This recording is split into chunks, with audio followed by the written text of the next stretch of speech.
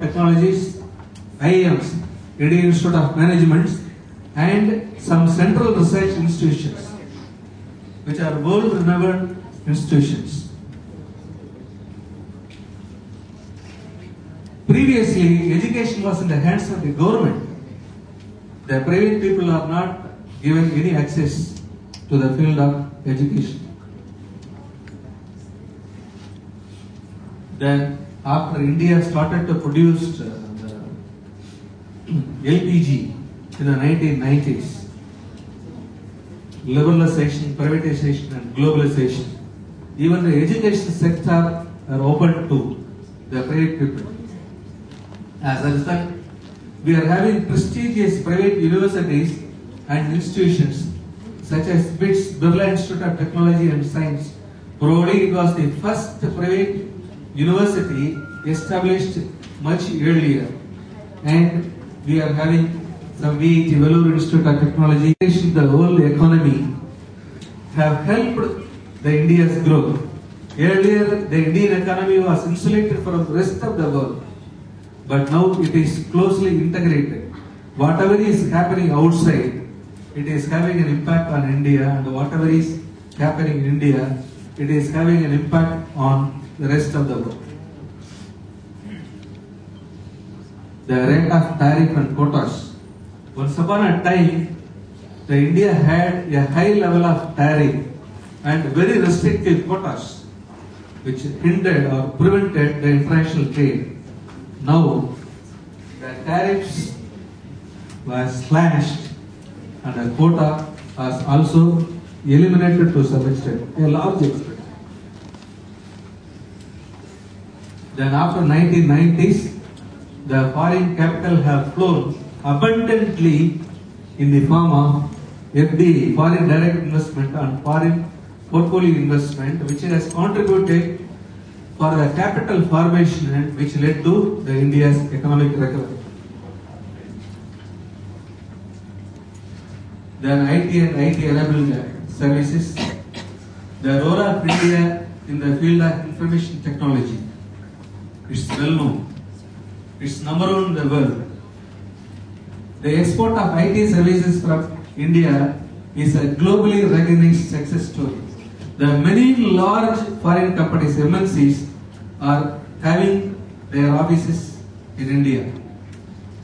Continue to stay up there because of their quality. The Fortune 500 companies have turned to India for outsourcing.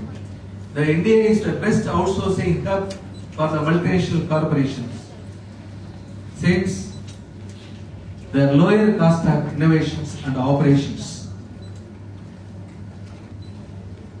In the next 50 years, India will slowly revert to its historical steady state of having been a wealthy country.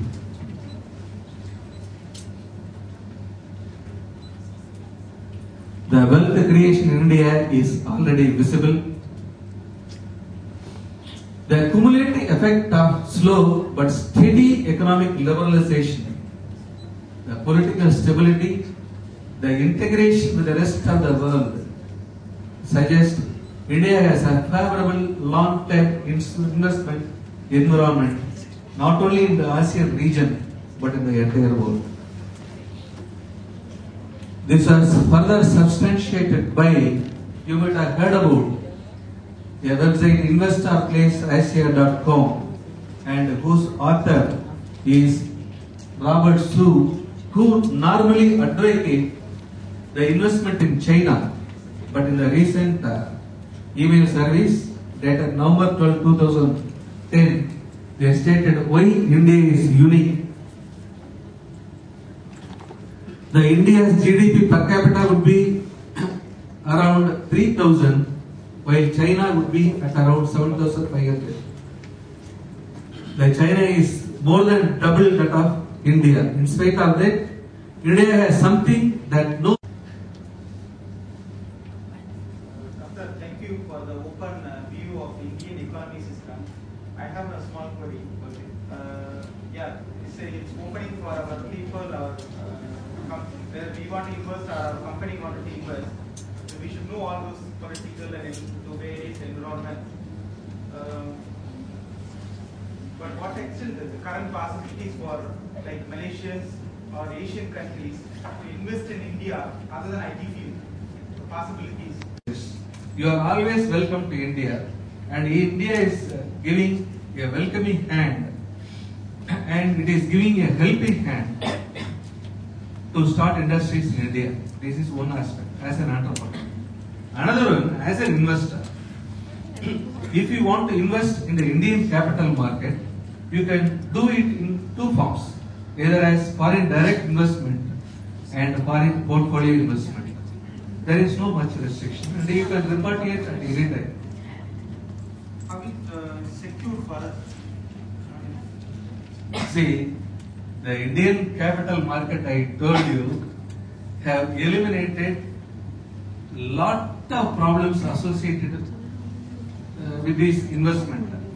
The Securities and Exchange Board of India is tightening all the institutions to such an extent that there will not be any problem. So, the safety aspect is well protected, no problem.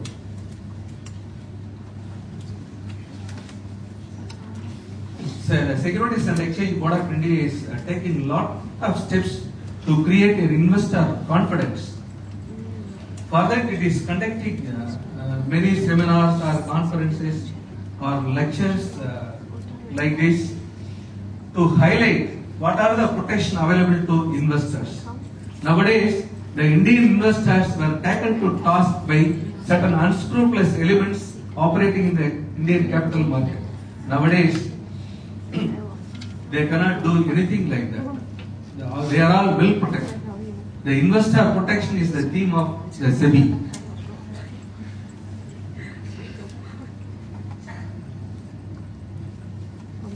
Any other question? See, normally in teaching we used to tell, if there is no doubt, there are only two reasons. Either you understood everything or you don't understand anything.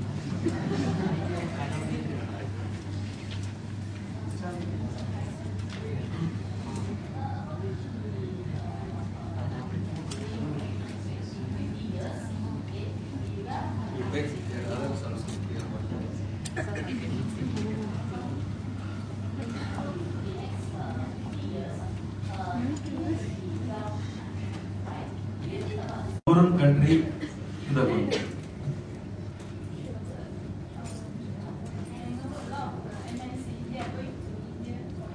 Greatest advantage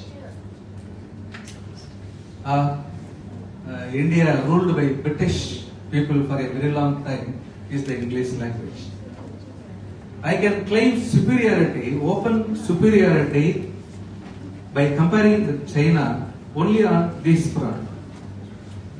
Our English, the Indian mass is English language, but in almost all fields, China is number one. I have to openly admit, because previously we don't have Chinese products in the Indian market.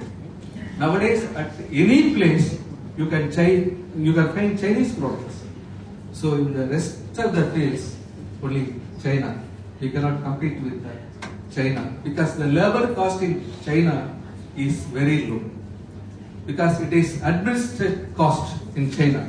Everything controlled by the government. But here in India it's not like that.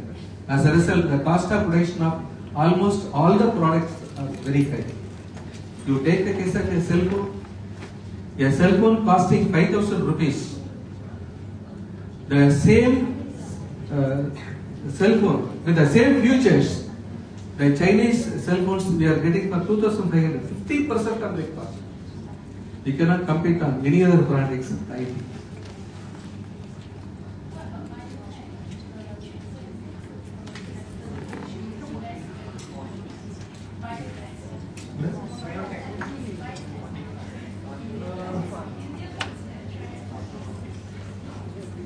Yes.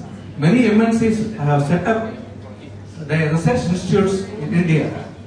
Of course, in biotech also, we are excelling. and in certain other fields, steel.